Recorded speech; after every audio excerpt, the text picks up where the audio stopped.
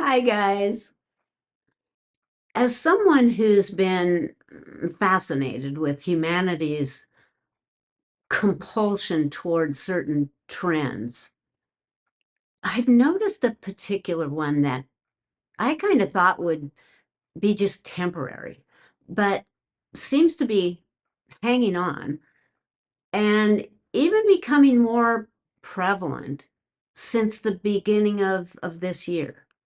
It's something that I battled with myself many years ago, so I tend to recognize it when it comes along. I first spotted this rising inclination in people around the year 2020, which was sort of understandable with all the stuff that was happening globally at that time. Yet, instead of moving through the chaos and into trusting ourselves and the world again, this impulse has become even more noticeable since that time. I'm talking about the tendency toward fear of Armageddon, fear of financial ruin, fear of an alien invasion, of nuclear war, of, of starving, and most of all, of dying. I completely understand how this all came about with all of the stuff coming to us from horrific Hollywood movies and TV and most of all from mainstream news. It's as if terror and fear have become kind of in vogue these days. And when I delve deeper into this trend, I found that it all seems to be coming from a total inability or maybe unwillingness to live in the present instead of always looking toward the scary unknown future. And this leads to searching for anyone who might have some insight to what's going on, what's going to happen and when. It's like we're a bunch of scared rabbits looking for a rescuer to appear and lead us out of the woods and back into the garden. It's obvious when you look for it. For example, on YouTube, Rumble, Odyssey, or Facebook, the most clicks go to those with thumbnails that warn of future world events. I watched this trend grow post after post with dire warnings of either what was happening or what was predicted to happen month after month. Yet, what really happened? Does anything that has been predicted really come about, positive or negative? Well, obviously, sometimes, but not very often. And yet we've spent our time and energy watching that video and waiting. And this sets us up for disappointment, anger, futility, depression. So we spend all of our energy trying to find answers where there really aren't any. What I'd like to point out here is that everything is happening. Fantastic things are happening all the time. But most of us are not in the present long enough to spot them. Whatever happened to the wisdom of the now? Before the world volunteered to shut itself down to appease those deceitful authority figures who profess to know more than we do, the wisdom of living in the now was actually gaining strength, helping us to find peace that comes with the discovery of the inner being, the self, brought about through stilling the mind and shutting out the chaos to find the silence within. Unfortunately, the now trend was overtaken by the shift toward fear of future calamities, with robots taking over the world. Many of us have spent our whole lives seeking happiness, purpose. We want to know who we are. We want to know who God is. We want to know why we're here and what we should be doing. Do we have a purpose? Is there something I should be doing? We want to wake up so that we can be all that we can be. So we look for a teacher, a guru, someone to tell us where we came from, or to read our Akashic record. And of course, this is all perfectly natural. We all want answers to our questions. Why? Well, because we feel it'll bring us peace. Then we don't have to seek anymore. We can just stop and just live our lives. But the question I would ask is, how does all this seeking make us feel? After years and years of my own search, I can answer that. Seeking for answers outside of ourselves only tells us that something is missing. It tells us that we're not whole and we must become something else. We have to find enlightenment. And as this continues, it brings suffering. We're never satisfied. If we're constantly looking to discover our purpose or our true path, we never actually live it. So, what is it that's missing? What if nothing is missing? And it's the search itself that has been hiding our true self from our awareness. I remember the first time I read the Eckhart Tolle book, where he explains how this wisdom came to him. Well, at one point, many years ago, Eckhart's life had become absolutely miserable. And one night he was in so much pain that he considered ending his life. His thoughts had brought him to a place where he decided that he just couldn't live with himself anymore. Yet, as he stopped to contemplate this thought, he began to ask himself, who is this I? And who is the self that I can't live with anymore? And as most of us know, this simple contemplation completely changed his entire life. Who is this I? And who is the one asking the question? So, who are we if we are not our thoughts, not our body, our emotions, our feelings? We are the awareness, the consciousness behind it all, the constant that never changes. And nothing that has ever happened in our lives has ever affected that awareness.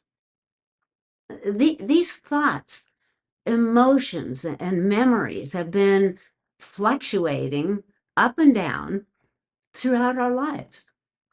Yet one thing that has never changed is our conscious awareness.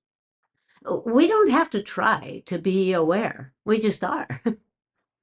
We are consciousness.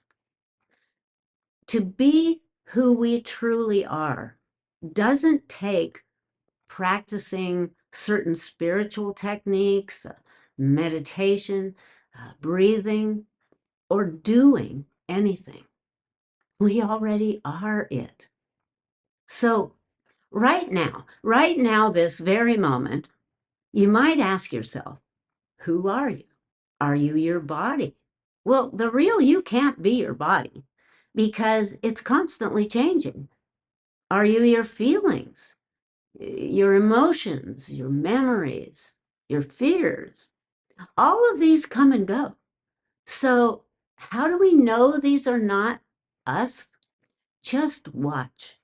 Become the observer and do nothing. Just watch. Be aware as these thoughts and emotions show up and then leave.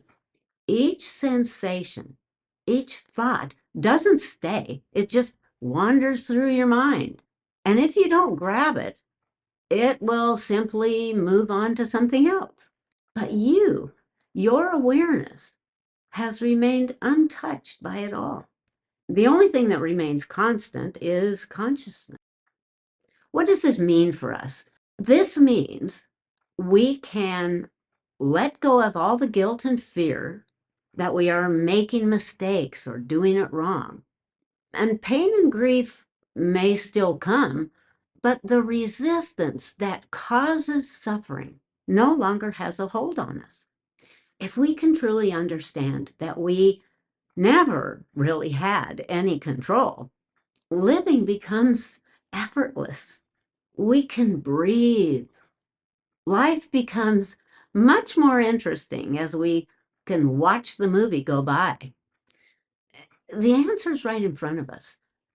The moment, this moment now, is all there is and all there will ever be. Therefore, there's nothing to solve, nothing to find, nothing to fix, only a belief that has kept us from being fully realized and is at the cause of all our suffering. All those nights we begged the universe to give us a sign that would reveal to us who we are. Show me the way. And yet, the way is already revealed within each step we take, each breath, each tick of the clock. And we can't get off the path because whatever path we're on is the only one that exists. And if we need, for whatever reason, to deviate from wherever that path is taking us, we will spontaneously flow there, and our present moment will become that. As this now accommodates everything we are and everything we do and say, each emotion that shows up, each thought that presents itself to us is just there. We don't have to go looking for it. We don't have to think. The moment, the now, is thinking for us. Consider this. If we were in control of our lives, we would never choose unhappiness or depression, doubt or fear or anger. When these arise, they arise into our now. Although it feels to us like we're thinking our thoughts, we are not. They are simply a part of the flow. We didn't do anything to bring this thought. It just appeared into our mind as a part of the flow of now. Life does not need to be fixed. It only needs to be allowed. So this gives us permission to relax into life and let it happen. There's no need to struggle through life. There's no need to fight against it or resist what's happening. Why? Because it doesn't do any good. It doesn't help anything. It doesn't change the moment. Life is just happening as it is meant to be. Where does suffering come from? To put it simply, it comes when we believe our thoughts are our own. When we believe that we have done these things ourselves. If we believe that we have brought about the emotion that we feel, then we judge ourselves for it. For example, if guilt shows up, then it must mean that we've done something wrong. And this can bring with it a whole flood of further despair. Most of us have spent a good portion of our lives seeking what we feel we don't possess. That's something that we lack, that needs to be fulfilled, something we still have to discover. Yet, what if there's nothing to discover? Listen, what if the search itself was the only thing keeping us from perceiving something that's always been there, veiled only by our seeking, hidden by our belief that we need to become more than we are? When we can come to this realization now, in this moment, the struggle disappears. Not because anything has changed. All the conditions are still the same. The only thing that has transformed is our understanding that all these circumstances that appear and disappear are simply the flow of life.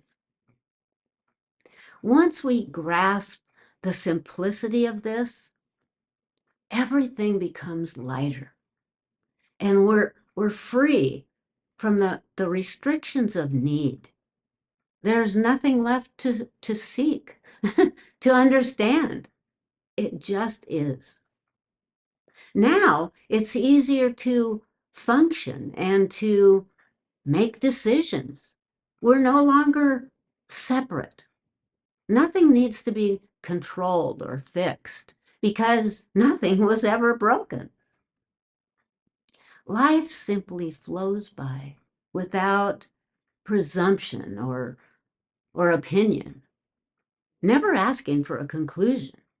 And this is how it was always meant to be.